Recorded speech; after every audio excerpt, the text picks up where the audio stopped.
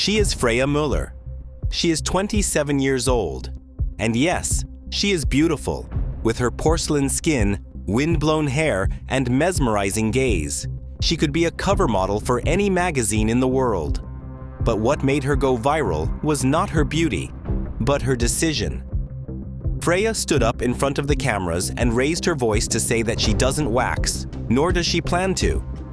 The reason? A silent revolution that is gaining momentum in Denmark, where more and more women are saying no to aesthetic pressure and yes to their freedom. A movement that mixes feminism, identity, and a new concept of beauty that is driving men crazy, for reasons you would never imagine. Stay until the end, because today we are going to reveal everything about this phenomenon. And by the way, you will discover secrets of Denmark that almost nobody outside the country knows. This is much more than a story about body hair.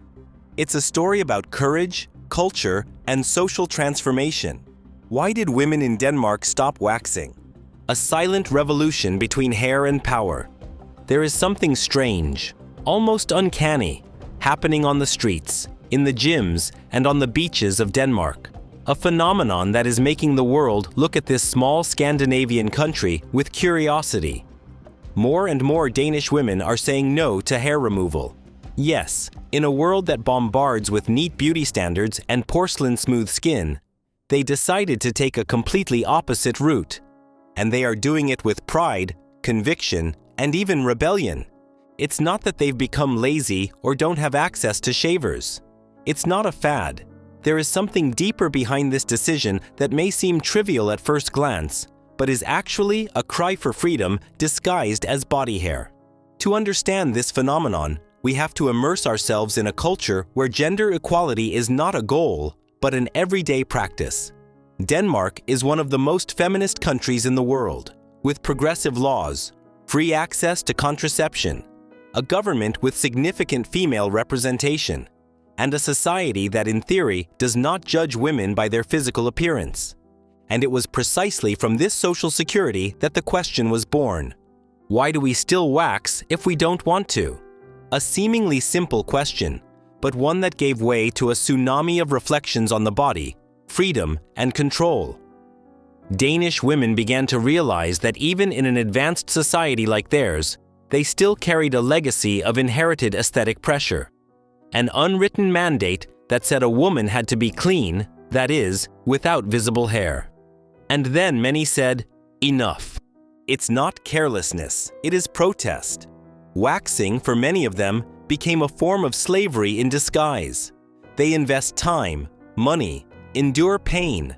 For what? To fulfill an expectation that is not even born of their desire? The movement in Denmark is not just about stopping waxing, it's about regaining sovereignty over the body. And when we talk about movement, that's no exaggeration. In Copenhagen, Aarhus, and other cities, there have been marches, talks, and meetings where women celebrate their bodies as they are. One of the best known is the Hairy Ladies movement, which emerged in Danish universities, and today brings together thousands of women on social networks who proudly upload photos of their armpits, legs, and faces with hair. They do it without filter, without shame, and with a clear message. We are not less feminine for having hair. They slip, and they assume it. A curiosity that went viral. Some women have told with humor that they have had real slips during waxing in the shower, or even small wounds using hot wax. In fact, a study by Roskilde University revealed that 38% of Danish women between the ages of 20 and 35 have had minor accidents while waxing. That figure, as unusual as it may seem, has been used as part of the argument against waxing. Is it worth risking injury to fulfill an aesthetic expectation? Of course, it's not that Danish women never wax anymore. Some do it by choice, others on special occasions. But what has changed is the inner compulsion, that voice that said, "I have to do it to look good." That voice, for many, is now silent. And what does society say? Most Danish men have responded with more support than rejection. Many have expressed that they find female empowerment attractive, and that if a woman is comfortable with her body, That is more important than any standard of beauty. But it hasn't all been acceptance. Some women have received criticism on social networks, especially when they upload photos showing hair. Some companies still refuse to hire unshaven models, and traditional advertising still shows smooth skin as the norm. Still, the movement continues to grow. More than hair, a cultural shift. What's surprising is that this resistance has been echoed in other issues. Women who refuse to wax often challenge other stigmas as well. The obligation to wear makeup, to wear tight clothing, to dye gray hair. In a way, the fight against hair removal has opened a door to many other conversations that were previously avoided. Some activists sum it up. Growing out my hair was more revolutionary than marching. Because they do it day by day, without banners, from the privacy of their bathroom, by deciding that their body doesn't need to be corrected. Fashion or revolution? What is happening in Denmark is not simply a fad or a temporary rebellion. It is a silent, deeply symbolic revolution. Hair has become a political act, a banner of freedom. And you, have you ever wondered why you wax? Maybe Danish women are not exaggerating. Perhaps, in something as small as a hair, a great truth is hidden. With feminism in the forefront, the women of Denmark love to drive men crazy. And how could they not, when they do it with such an explosive mix of beauty, confidence, and freedom that it's impossible not to admire them? It's not just about their physical appearance, which is impressive, but about something that goes far beyond that. Their essence. Danish women have found a balance between empowerment and femininity that takes the breath away from anyone who meets them. They have that cold look like the Nordic wind, but a smile that melts glaciers. They are tall, often with a presence that imposes and at the same time seduces. Clear skin, eyes that go from deep blue to tempestuous green, hair that shines like wheat in the sun. But what really catches you is not in their eyes, but in the way they walk, talk, and look, as if they know exactly who they are and don't have to ask anyone for permission to be that way. Natural beauty without exaggeration. Danish women don't feel the need to dress up to please. Their beauty doesn't scream, it whispers. They do not abuse makeup. They are not obsessed with surgeries or looking like anyone else. They are true to who they are, and that makes them authentic. And in a world full of filters, retouching, and fake looks, that's addictive. Men admire them because they feel real, because they feel free, because they know they're not trying to fit into someone else's mold, but creating their own. There is something deeply magnetic about a woman who lets herself be seen as she is, with her freckles, her wind-blown hair, her carefree walk through the streets of Copenhagen or the beaches of Skagen, her way of loving and of not needing. One of the things that drives men crazy is that Danish women don't live to please. They are not waiting to be rescued, nor do they pretend to be submissive or fragile. They love with strength, with intensity, but also with autonomy. It is not uncommon to hear men say, "Being with a Danish woman is like being with a storm. You can't control it, but you don't want it to go away." They know what they want, and if they want to be with you, they'll do it because they choose you, not because they need you. And that difference changes everything, because when someone chooses you freely, the desire becomes a fierce, powerful, unbreakable connection. Intelligence and conversation that seduces. The beauty of a Dane is also in her mind. Denmark's education system is one of the best in the world, and it shows. These women can talk to you about art, politics, literature, film, history, and do so without pretension, with a firm, passionate voice. They don't keep quiet. They do not lower their gaze. They participate. They give their opinion. They question. And they do it with that elegance that only knowledge without ego can give. A coffee with a Danish woman can easily become a life lesson. But they do not teach you from above. They do it horizontally, with respect, with mutual curiosity, because they also want to discover you. Their style, as simple as it is irresistible, minimalism. That word defines the Danish style. But it's not coldness, it's effortless elegance. They don't need shiny dresses or high heels to attract attention. They prefer comfortable, sober, clean-cut clothes. And yet, when they walk, it's as if everyone's head turns. The way they dress conveys confidence. They do not seek to be the center of attention, and maybe that's why they are. That combination of simple clothes with loose hair and natural skin makes it clear that their beauty does not depend on ornaments. It is in them. It is them. Perhaps the most fascinating thing about the Danish woman is that she lives free. Free from judgments, from imposed rules, from absurd fears. They shave if they want to. If they don't, they don't. They wear a bra if they choose to. If they don't, they don't. They go out alone, travel alone, eat alone, laugh alone.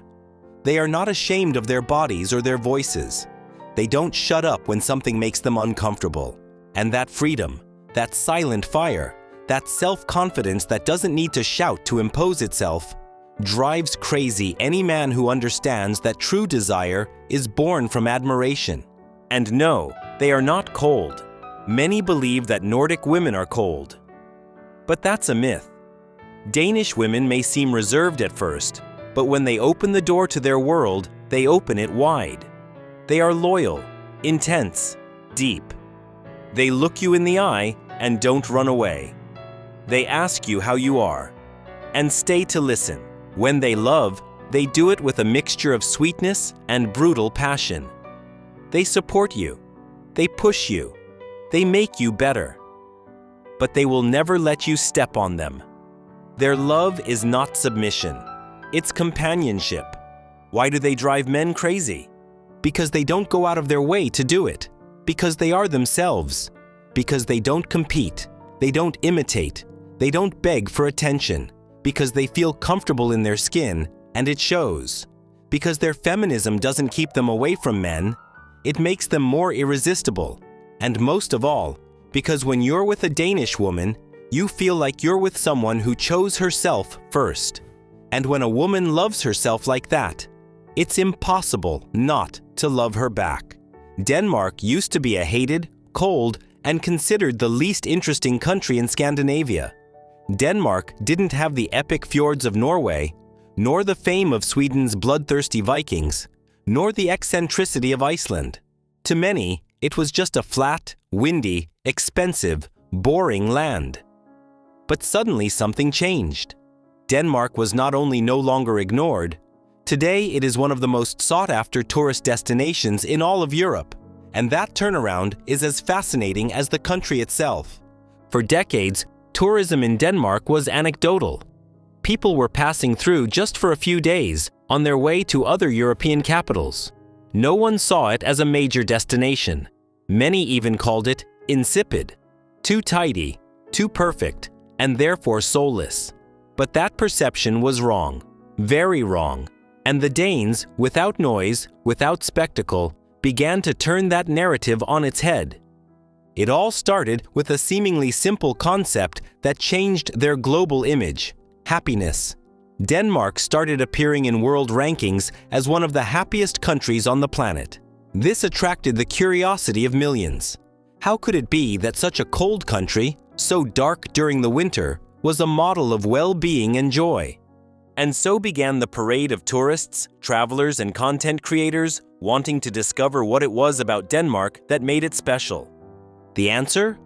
An irresistible mix of design, history, sustainability, avant-garde, and tradition. Because Denmark is all that. A country that has managed to combine its Viking heritage with a serene and ecological modernity. A country where you can tour medieval castles and then have an organic coffee in a coffee shop designed with exquisite taste. Where you can cycle through 18th century streets and end up on a clean beach viewing a modern art installation. Copenhagen, the engine of change. The Danish tourist renaissance cannot be understood without mentioning its capital, Copenhagen. This city became the symbol of everything Denmark stands for today: innovation, design, gastronomy, and quality of life. Copenhagen is one of the greenest capitals in the world. Literally, More than 60% of its inhabitants use bicycles as their main means of transportation. There are more trees than cars, and its recycling system is a global example. But not only that, it is a lively, young, cultural, and delightfully aesthetic city. Neighborhoods like Nørrebro or Vesterbro, once forgotten working-class areas, are now vibrant meeting points where cultures, flavors, and urban art mix. There you can eat Ethiopian cuisine, shop for second-hand Scandinavian designer clothes, and listen to experimental jazz in subway bars. And then there is Nyhavn, the postcard-perfect harbor with colorful houses and old boats, which is probably the most photographed corner of the country. All around, canals, parks, museums, and in the air, that's something you can't explain but feel. An active calm, a relaxed elegance, a quiet but real hospitality. The gastronomic boom, another driving force behind Danish tourism, was its gastronomy. For years, Denmark's food was considered boring and repetitive. Rye bread, herring, potatoes, the end. But all that changed with the rise of a new culinary movement, the new Nordic cuisine. Restaurants like the famous Noma, considered several times the best in the world, revolutionized the global scene by turning local ingredients into almost spiritual experiences. And it was not an isolated case. Today, Copenhagen and other cities in the country are full of Michelin-starred restaurants, food trucks with experimental cuisine, and food markets where everything is fresh, organic, and beautifully presented. Denmark has become a foodie's paradise. And that, of course, brought more tourists. Sustainable tourism, a winning card. While other countries were betting on mass tourism, Denmark took another path: sustainable and conscious tourism. Cities have adapted to receive visitors without losing their essence. There are green accommodations, sustainability-certified tour guides, rural experiences that respect the environment, and a whole network of efficient, clean, and easy-to-use public transportation. Modern travelers, especially young people, value this highly. They want to travel guilt-free, without leaving a footprint. And Denmark gives them exactly that. Beyond Copenhagen, Denmark's appeal is not limited to its capital. The country is full of charming villages, magical islands, and landscapes that look like something out of a fairy tale. Aarhus, the second largest city, is a university gem filled with culture, contemporary art, and cutting-edge architecture. Odense, Hans Christian Andersen's hometown, combines history with literary fantasy in every corner. Skagen, in the far north, where two seas meet and the sunsets are epic. Bornholm, an island in the Baltic that seems taken from another time, with cliffs, windmills, and secret beaches. And for those looking for different experiences, there are the open-air music festivals, the Northern Lights, kayaking in the canals, and the endless nights of the Danish summer. The new Danish attitude. Perhaps most interesting of all, Denmark didn't change to attract tourists. It changed to live better, and that natural, authentic change is what attracted the world. People don't travel to Denmark just to see beautiful things. They travel to understand how to live well, to experience a society where things work, where there is respect, where beauty is in the details. Today, millions of people visit Denmark every year. They take pictures with the Little Mermaid, yes, but they also fall in love with the hidden cafes, the street music, the parks where children run free, the impeccable architecture, and the rhythm of life that seems more human. The secret? Denmark does not shout. Its charms are not noisy. It doesn't need neon lights or exaggerated promises. Its magic is in the calm, in the balance, in that feeling that everything is where it should be. And in a chaotic world, that has become deeply appealing. She went from being ignored to being desired, from being the boring one from the north to being a role model. Today, Denmark is much more than a tourist destination. It is a state of mind, a place you go to and never quite leave. Something that escaped us to tell you about Copenhagen is perhaps the most surreal, the most incredible, and the most unexpected of the whole country. there is a neighborhood that is not considered part of Denmark. A place with its own flag, its own rules, and its own philosophy of life. Welcome to Christiania, the free republic that does not appear on traditional tourist maps, but has become one of the most visited and controversial places in Scandinavia. Located in the heart of Copenhagen, this self-managed community is the perfect example of how Denmark, despite its order, perfection, and strict rules, also has a corner that defies all that. Christiania is not a museum, nor is it just any bohemian neighborhood. It is a living statement of rebellion, freedom, and creativity that has been standing the test of time and the system for more than 5 decades, the birth of a utopia.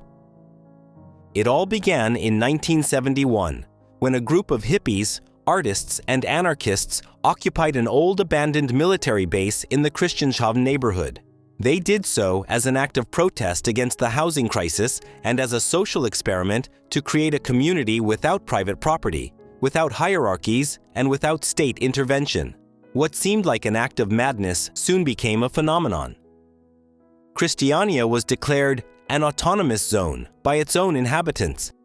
They put up their flag, 3 yellow dots on a red background, defined their basic rules such as the rejection of violence, racism, guns, and cars, and started living outside the Danish system. And the most surprising thing, the Danish government, instead of dismantling it with violence, tolerated it. Because that's Denmark, a country where even counterculture can have its place. A city within the city, Christiania occupies some 34 hectares, equivalent to about 47 soccer fields, and is surrounded by canals, nature, and psychedelic murals. Entering there is like crossing an invisible border.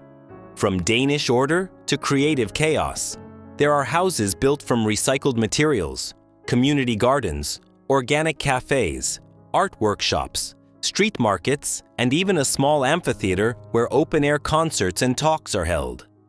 Christiania's nearly 800 permanent residents pay no traditional rent, make decisions by consensus in assemblies, and are in charge of everything from garbage collection to neighborhood security. There are no police, no mayor. There is no state. There is community. A Danish paradox. How can Denmark, one of the most organized, safe, and regulated countries in the world, be home to a place as chaotic and rebellious as Christiania? Precisely because it is Denmark. Because its society, far from repressing difference, has learned to live with it. Christiania is the exception that proves the rule. It is the proof that even in the happiest country in the world, there is room for utopia, for social experiment, for the collective dream. And that openness is, in part, what makes Denmark such an admired country. Today, Christiania is still alive. It has faced closure attempts, political pressures, and internal conflicts. But it has also managed to renew itself. Many young Danes see the neighborhood as a symbol of identity, and tourism continues to grow. Every year, more than 500,000 people visit, not just out of curiosity, but for inspiration. Christiania is a paradox with a heart, a republic within a kingdom, an alternative world in the middle of a Scandinavian capital. And yes, it may not be perfect, but if you're looking for a place that challenges your outlook on life, this little corner of Copenhagen won't leave you indifferent. Did you imagine that such a place could exist in the heart of one of the most organized cities in the world? If this trip through Christiania surprised you as much as it did us, then you can't miss what's to come. Denmark is full of secrets, and on this channel, we are revealing them one by one. So subscribe right now, turn on the little bell, and join this community of curious people who want to understand the world, starting with what they never tell us. And if you're still hungry for more, here are some more videos just like it.